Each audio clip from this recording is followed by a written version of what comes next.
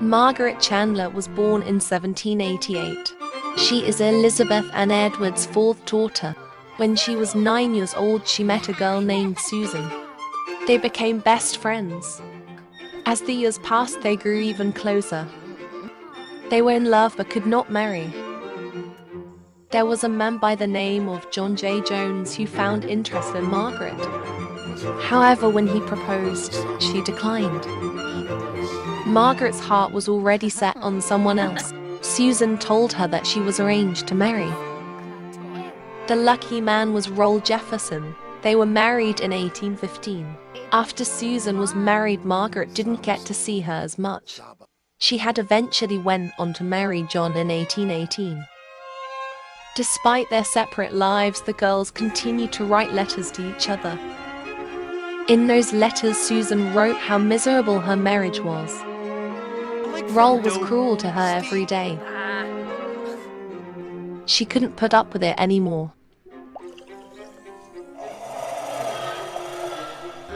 She knew there was only one way to get rid of him. She did what had to be done to be with her love again. After Roll's death, she went back to Margaret after spending years apart. They found out they were both pregnant. Margaret convinced her husband to move Susan in, and their love was rekindled. John spent time in the study when he wasn't working. He was unaware. In 1820, the girls gave birth to their children. Margaret had a girl. She named her Gertrude. Susan had a little boy. His name was Louis. The girls were happy to raise their children together. The best part was the children got along well. They were becoming best friends themselves. Susan had a good relationship with Louis. Margaret taught Gertrude to knit, the same way her mother did her, but Gertrude was much closer with her father. Margaret and Susan were close with each other's children as well. With all the years that passed, their relationship was still kept a secret. John never found out that he had secrets of his own. He had taken an interest in their maid. Her name was Tallulah. They started an affair that ended with her getting pregnant. John feared that Margaret would find out, so he fired her. She was kicked out and left on her own. Time had passed and the children had grown. Gertrude was interested in boys, but no one seemed interested in her. Louis was the only one who was. The two were still very close. Louis was the one to make the move that changed their relationship forever. The two of them started messing around without their parents' knowledge. But it didn't last long. A man by the name of Charles Hathaway had fallen for Gertrude. Her feelings for him were mutual and things moved fast between them. Gertrude politely told Louis that they couldn't be with each other anymore. He took the news well, but deep down he was upset he couldn't be with her. He loved her.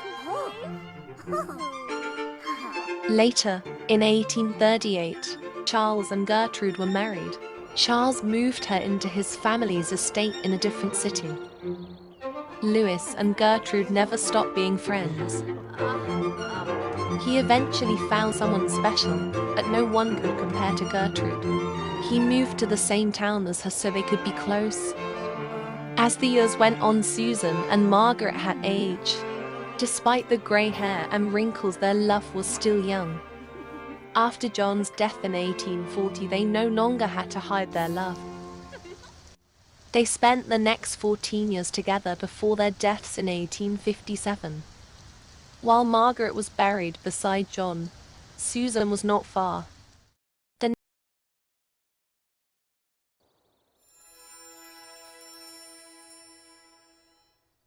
Gertrude Jones was born in 1820. She is Margaret and John J. Jones's only child. In 1838, she married a man named Charles and was given the surname Hathaway. The couple were deeply in love with one another. Charles was a very charming and likable young man. He got along well with Gertrude's family, including Gertrude's childhood friend Louis, who visited them often with his wife. Louis's wife wasn't very fond of Gertrude. That aside, the three of them had become close friends. Even though Louis was mainly around for Gertrude, a big part of him still had feelings for her. When she discovered they were expecting, they had less time to spend with Louis. The family was excited to meet their new bundle of joy. In 1839, Elouise was born. She was a wonderful addition to the family. Gertrude even introduced her to Louis.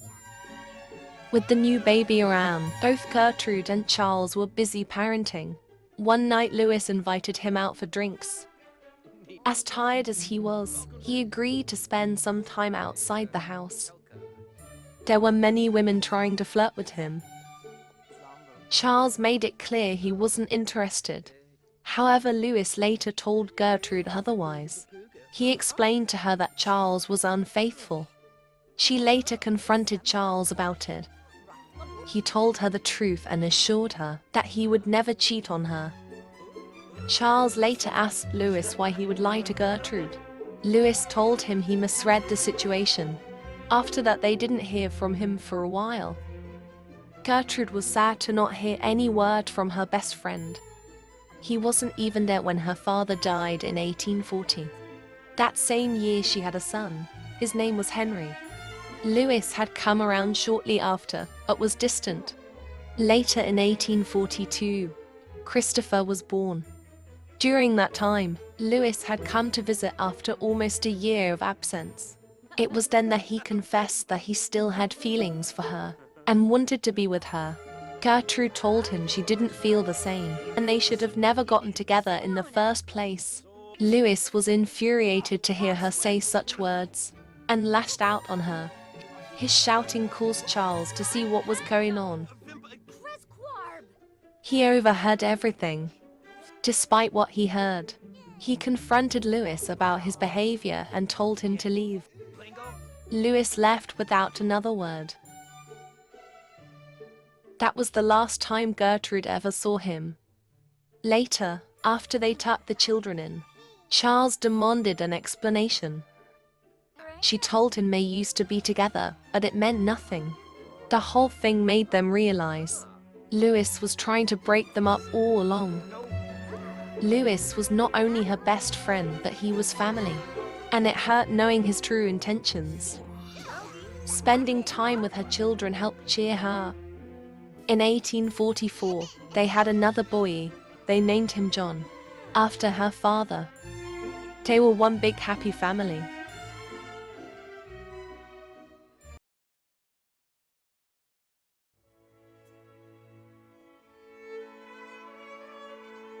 Elouise Hathaway was born in 1839.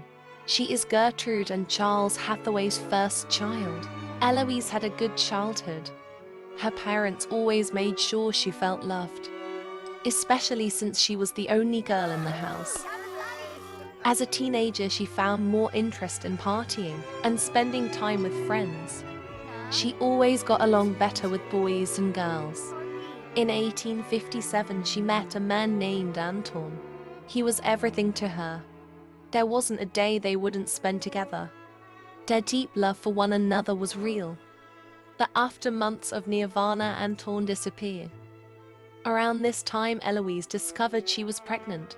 She didn't know where Anton was but needed to find him. She told her parents, and while they weren't happy, they would support her and her child. She asked around to find out where Anton may be. She discovered where he lived and how incredibly wealthy he was. When she entered his home, she was greeted by a couple. She asked about Anton, and they told her that he was their son, and he was out with his wife. Anton was secretly engaged during their affairs, and didn't tell her about it. Heartbroken, she told them to tell him they need to talk before going home. Later that night, Anton paid her a visit. Elouise couldn't believe that he was married to another woman.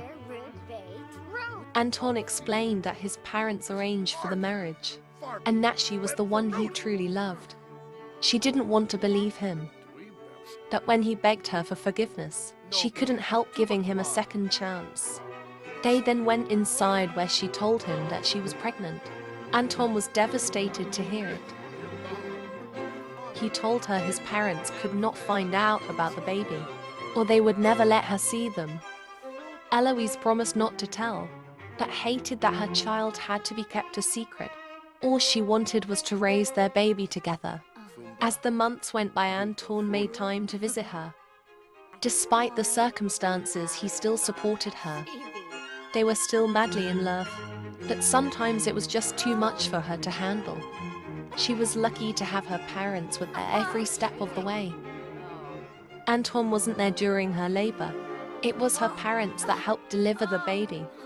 After the birth, while Elouise rested, her parents took care of her son. But they soon noticed that she wasn't breathing. It was then that Anton finally showed up. Distraught about Elouise's sudden death, they were infuriated to see him. Anton begged to see his child, but they wouldn't allow it. Gertrude blamed him for their daughter's death and forbid him from ever coming near their family again. Elouise Hathaway had passed away in 1858 at the age of 19. The family was devastated. So was Anton. He wished things had gone differently. Their son Zofia would grow up without either of his parents. But he was lucky enough to have a loving family to care for him. Anton would spend years feeling guilty for Elouise's death. Even though he had other children now, he would never stop trying to see his son.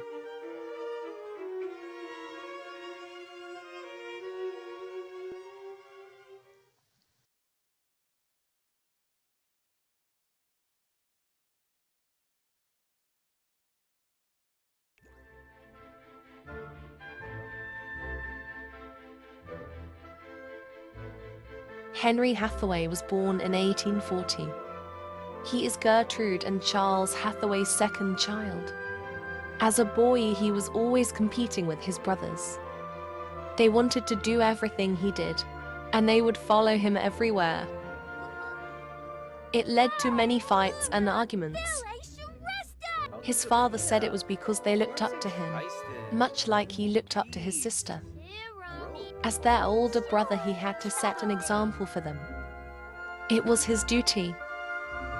After the death of his sister in 1858, he helped his parents take care of his nephew. The whole family contributed to raising him. Henry was a good influence on his brothers. He always did what he could to help around the house. His parents appreciated it. When he wasn't busy with his family, he spent time with someone special. Her name was Melinda, and Henry planned on marrying her. His life was simple, and that was how he liked it. In 1861, there was a mandatory draft for men all over the country. Henry and his father Charles were the exact ages required. It was difficult for them to accept, but there was nothing that could be done. Melinda hated that he had to go, but he promised he would come back to her. They said their farewells before they were sent away. The camp conditions were rough. Their first night there, Henry had caught something from the cot he slept in. They were training non-stop. Henry and his father grew closer in this time. They were grateful to have each other. They made friends with their colleagues too. Whenever Charles had the time, he would write letters to Gertrude. She read every single one of them. But that was all the calm before the storm. When it was finally time to fight, many died on the battlefield. They had to do what they were trained to. It was a bloodbath. Like many, Henry wasn't able to survive the fight. Charles couldn't believe his son was calm. He stayed with him all night. In the midst of mourning his son, he was captured. The family was met with yet another devastation. Henry Hathaway had passed away in 1862, and Charles was missing in action. Melinda was so heartbroken that she never showed her face again. Gertrude cried every night, hoping that her husband would someday return. But the war wasn't over yet, and Christopher was now old enough to be drafted.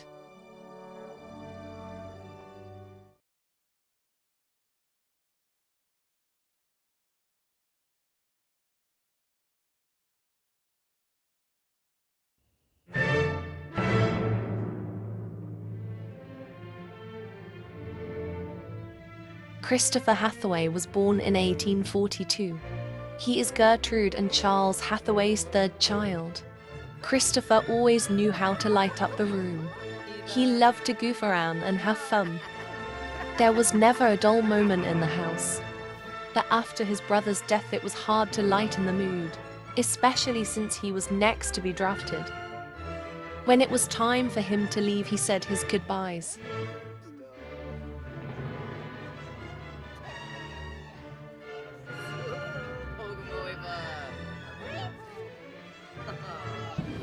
Christopher was scared to be there at first. He feared he would suffer the same fate as his brother or father. Once training began, it became all about survival. Christopher felt if he was stronger, he would live. He trained day and night to prepare himself. His colleagues were impressed. He made friends with some of them.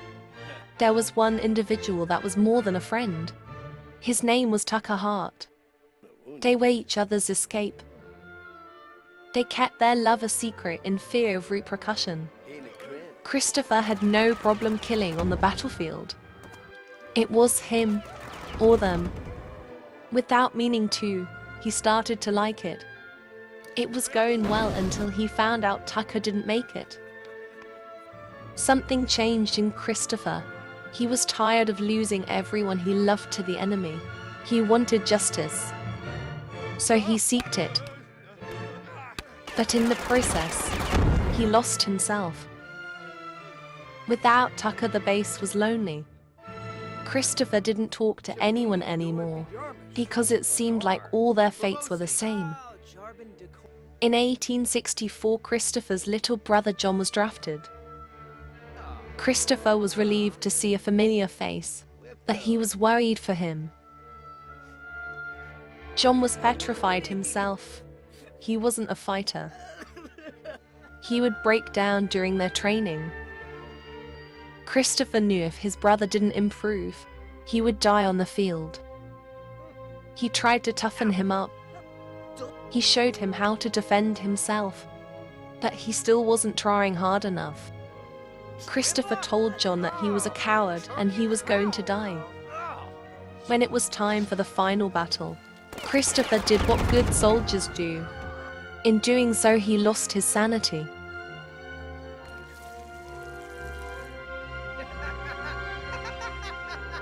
He wasn't surprised to find his brother severely wounded, but he managed to get him help. In 1865, the war had ended and Christopher had finally come home. His mother was happy to see him safe, but she noticed he was different. It was hard for him to live normally after all he had done. He didn't even want to be around his family, despite all the time he spent away from them. He moved out that year to a small place off-grid. There he would hunt to satisfy his urge to kill. That was how he lived until his death in 1896.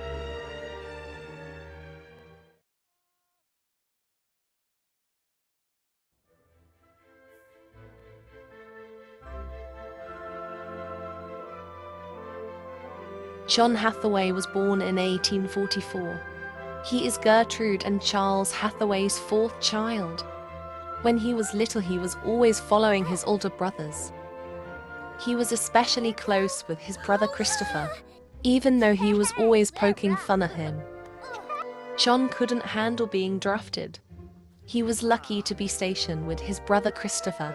He had heard too many stories and didn't want to fight in a war. He struggled to keep up during training, and would sometimes break down and cry. His brother didn't believe he would make it. They would always argue. Christopher told him he was going to die, and that was the last time they spoke. When he was on the battlefield, he knew Christopher was right. With all the gunfire, it was hard to avoid getting hit. The next thing he knew, he was at a hospital.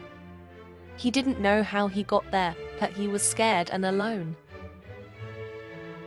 There was something familiar about the man beside him. He looked just like his missing father. Upon further inspection, John realized that was his father. The nurse told him his father was found in horrible condition and was lucky to be alive. After months of recovery, John was finally able to speak with him. Charles told him that he was being tortured for years. As they caught up, Charles was slowly becoming his old self again. It felt good to have one another. In that time, John had fallen for one of the nurses who helped him. Her name was Adelaide. In late 1865, John and Charles had finally come home. The family was whole again. John was still upset with Christopher after what he said. He refused to speak to him. Gertrude was relieved to have them back, and Charles couldn't be happier to be home. The next year they received a visit. Adelaide had come to check on them. Her and John had rekindled their love. They were married that year and moved just across from his family home. There they lived happily together. Sometimes John would have nightmares of war. Adelaide would comfort him as best she could. In 1868, they were expecting their first child. The young couple were excited to soon meet their bundle of joy. Months later, they welcomed their little girl. They named her Doris Hathaway. She was a wonderful addition to the family. In 1871, they had another little girl. Her name was Linda Hathaway. Besides the nightmares, John was incredibly grateful for the life he had. He wouldn't trade it for anything else.